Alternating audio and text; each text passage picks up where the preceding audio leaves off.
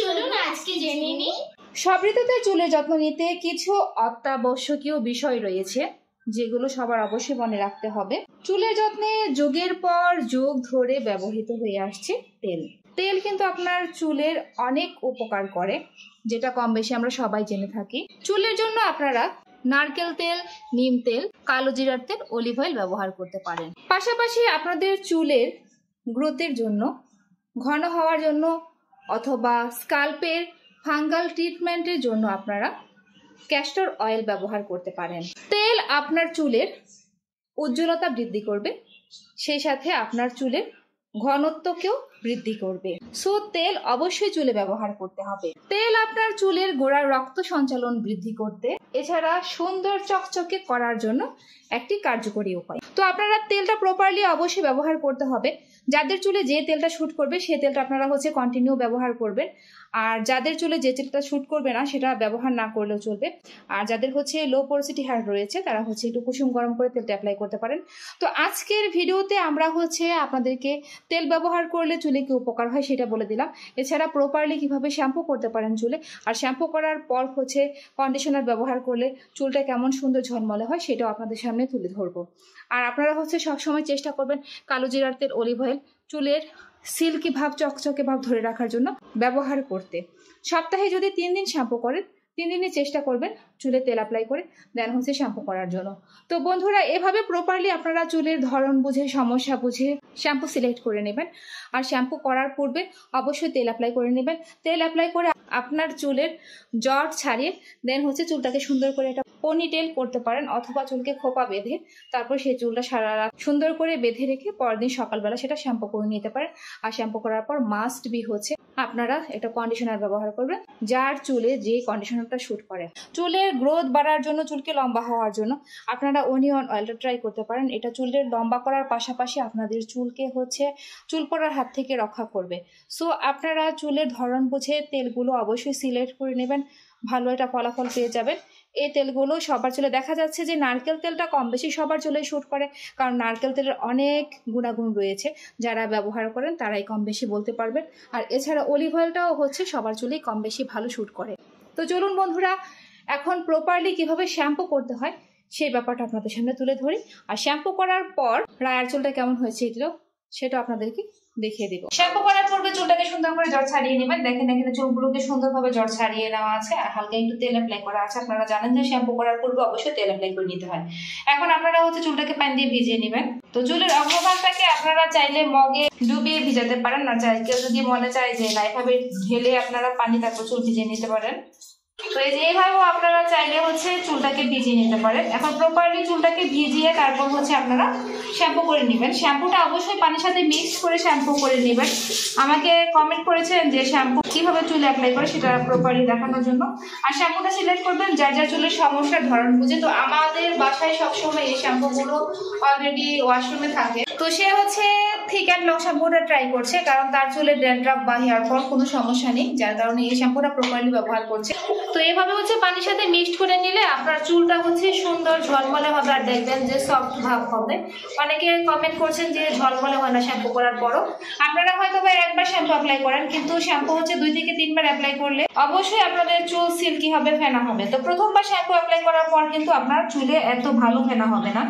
আপনি দ্বিতীয়বার বা তৃতীয়বার শ্যাম্পু অ্যাপ্লাই করলে যেরকম ফেনা হবে। তো অনেকে কমেন্ট করেছেন আপু একই দিনে কি আমি dandruff hair fall shampoo apply করতে পারবো কিনা? হ্যাঁ, আপনি চুলে যদি শুট করে সেটা আপনি অ্যাপ্লাই করতে পারেন। যেমন আমার রায়ারা ধোয়ার চুলে সবসময় আমি একই দিনে 2 থেকে 3টে শ্যাম্পু অ্যাপ্লাই করি, ওদের কোনো তেমন সমস্যা হয় নাই।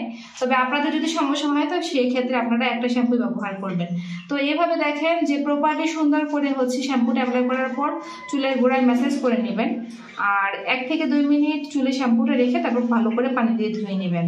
1 থেকে 3 মিনিট সময় হয়ে গিয়েছে। এখন প্রথমে অল্প পরিমাণ পানি দিয়ে চুলটাকে একটু আবার আলতোভাবে ম্যাসেজ করে নেবেন, বেশি ঘষাঘষি করবেন না। তারপর সুন্দর করে পানি দিয়ে ভালো করে শ্যাম্পুগুলোকে চুল থেকে ধুয়ে নেবেন। তো এটা হলো প্রথমবার শ্যাম্পু। যখন প্রথমবার শ্যাম্পু করার পর আপনি দ্বিতীয়বার শ্যাম্পু অ্যাপ্লাই করবেন, তখন আপনি দেখবেন যে আপনার চুলে ফেনা কি পরিমাণ হয়েছে। যদি দেখেন যে ফেনা পর্যাপ্ত পরিমাণ হয়ে গিয়েছে, তো সেই ক্ষেত্রে আর দ্বিতীয়বার শ্যাম্পু অ্যাপ্লাই করার দরকার নাই, আপনার কন্ডিশনার অ্যাপ্লাই করে নেবেন। তো এখন আমরা দ্বিতীয়বার শ্যাম্পুটা অ্যাপ্লাই করে নেব, আপনাদেরকে দেখিয়ে দেবো যে দ্বিতীয়বার শ্যাম্পু করার পর চুলে কেমন ফেনা হচ্ছে। এখন হচ্ছে এই কেরাটিন স্মুথ শ্যাম্পুটা অ্যাপ্লাই করব দ্বিতীয়বার।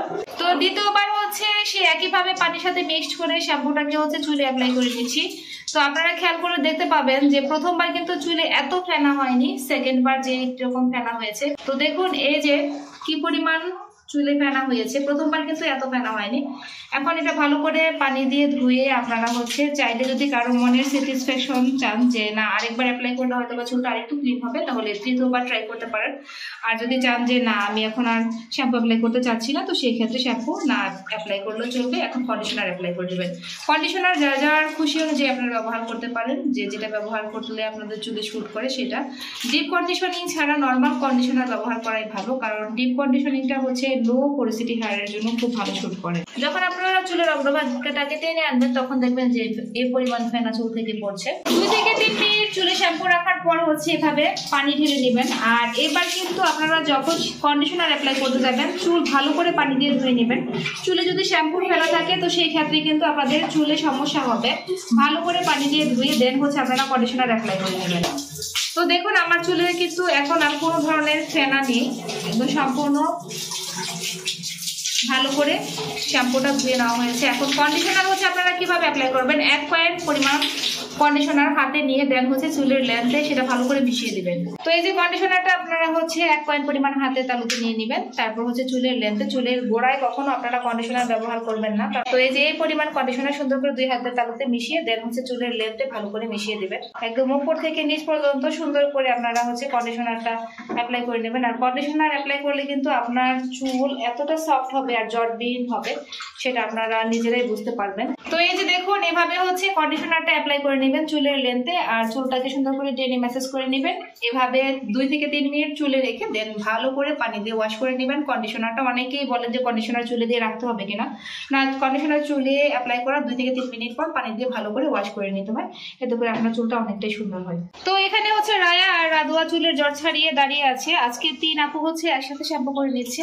তো যেভাবে হচ্ছে চুলে শ্যাম্পু আর কন্ডিশনার অ্যাপ্লাই করলাম সে একইভাবে হচ্ছে রায়া আর রাদুয়ার চুলে এখন শ্যাম্পু আর কন্ডিশনার অ্যাপ্লাই করে দেওয়া হবে। তো এই যে ভালোভাবে হচ্ছে প্রথমে মগে চুলটাকে ভিজিয়ে নেবেন, এতে করে কিন্তু শ্যাম্পুটা অ্যাপ্লাই করা ভালো হবে। চুল যদি ভালোভাবে না ভিজে তো সেই ক্ষেত্রে কিন্তু শ্যাম্পু চুলের গোড়া পর্যন্ত পৌঁছায় না। তো বন্ধুরা রায়া আর রাদুয়া শ্যাম্পু করার পর তাদের চুলটা কেমন হয়েছে সেটা অবশ্যই আপনাদেরকে দেখিয়ে দেবো। শ্যাম্পু কন্ডিশনার ব্যবহার করার পর রায়ার চুলটা কেমন সিল্কি হয়েছে, আর রায়ার বোন তাকে সবাই অবশ্যই চেনেন, সে হচ্ছে তাইমি। তো জানতে চেয়েছিলেন এটা কার চুলটা, তাইমির চুল। তাইমির চুলও রায়ের মতো ছোট থেকে বড় করা হয়েছে আর এখনো আলহামদুলিল্লাহ খুব সুন্দর আছে। তো আপনারা নির্দ্বিধায় চুল বড় করতে পারেন। আমাদের ভিডিওটি যদি ভালো লেগে থাকে অবশ্যই লাইক, কমেন্ট, শেয়ার, সাবস্ক্রাইব করে দিবেন। পাশে থাকা বেল আইকনটিকে চিপে দিবেন নতুন ভিডিও দেখার জন্য। আবার দেখা হবে নতুন কোনো ভিডিওতে আপডেটে।